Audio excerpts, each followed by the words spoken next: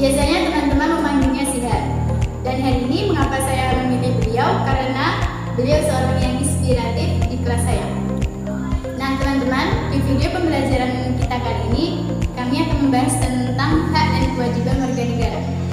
Nah kali ini saya akan bertanya kepada Sihat, apa sih hak dan kewajiban? Baik, hak adalah sesuatu yang melekat pada setiap individu yang harus ditunaikan dan dihormati oleh orang lain dan oleh negara. Sebagai contoh, sebagai manusia kita memiliki hak untuk hidup, hak untuk mengeluarkan pendapat, hak untuk mengenyam pendidikan, dan hak untuk mendapatkan akses dasar kepada diri kita sendiri. Sedangkan kewajiban adalah konsekuensi yang dihasilkan dari hak yang kita miliki. Sebagai contoh, kita telah dijamin hak kita sebagai warga negara, seperti untuk mengeluarkan pendapat, kemudian kebebasan beragama. Maka kita memiliki kewajiban kepada negara, sebagai contoh seperti membela negara, cinta tanah air. Jadi intinya adalah kewajiban adalah hasil atau konsekuensi yang harus kita jalankan oleh setiap orang. Nah, itu adalah sebagian paparan materi tentang hak dan kewajiban. Oke, kita sudah mengetahui apa itu hak dan kewajiban. Nah, kalau kita boleh tahu nih, contoh kasus pelanggaran hak warga negara yang sering terjadi itu apa sih? Nah, di kali ini ada beberapa kasus yang sering terjadi di negara. Yang pertama adalah penangkapan seseorang yang tidak dilandaskan hukum.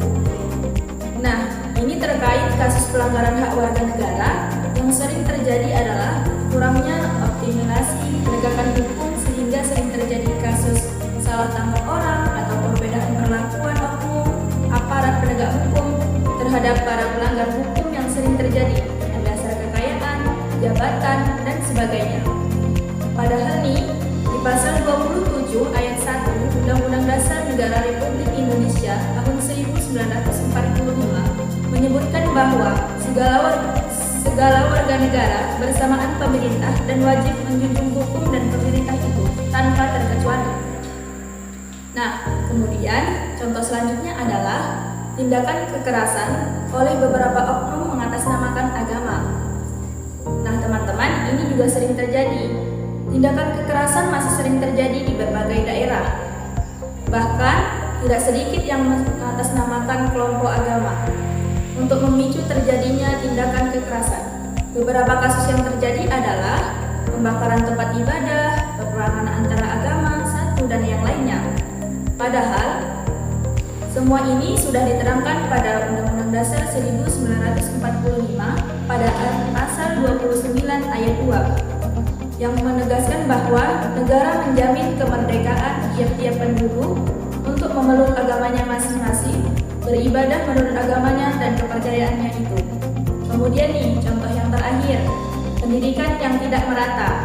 Dalam pasal 31 ayat 1 Undang-Undang Dasar Negara Republik Indonesia tahun 1945 menerangkan bahwa yang berbunyi setiap warga negara berhak mendapatkan pendidikan.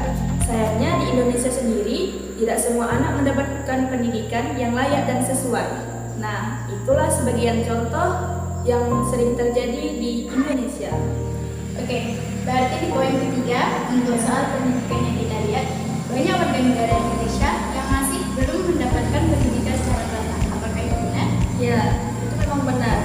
Apa yang kita lihat, memang Indonesia masih banyak daerah-daerah yang belum mendapatkan pendidikan secara merata. Dan di Indonesia masih banyak kasus pelanggaran hak warga negara yang masih sering terjadi. Oke, lalu pertanyaan terakhir nih untuk Sihat. Mana sih yang harus dijauhkan antara hak dan kewajiban? Oke, berbicara tentang hak dan kewajiban, kalau menurut saya nih, yang harus didahulukan adalah kewajiban, apalagi dalam konteks kehidupan bernegara. Kewajiban, karena kita harus mengesampingkan ego kita jika kita ingin membangun negara kita yang sesuai dengan tujuan yang tercantum dalam undang-undang. Karena jika masih melekat ego atau hak-hak kita yang harus dipenuhi oleh orang lain, maka kapan kita dapat membela negara kita? Kapan kita dapat membangun negara kita? Jadi, kita kita harus mengedepankan kewajiban daripada hak kita sendiri. Itu menurut saya. Oke, baik. Teman-teman, semoga di video pembelajaran kali ini dapat bermanfaat bagi kita semua. Mohon maaf jika terdapat kesalahan karena kami masih dalam tahap pembelajaran. Kami pamit undur diri. Sampai jumpa. Sampai jumpa. Assalamualaikum warahmatullahi wabarakatuh.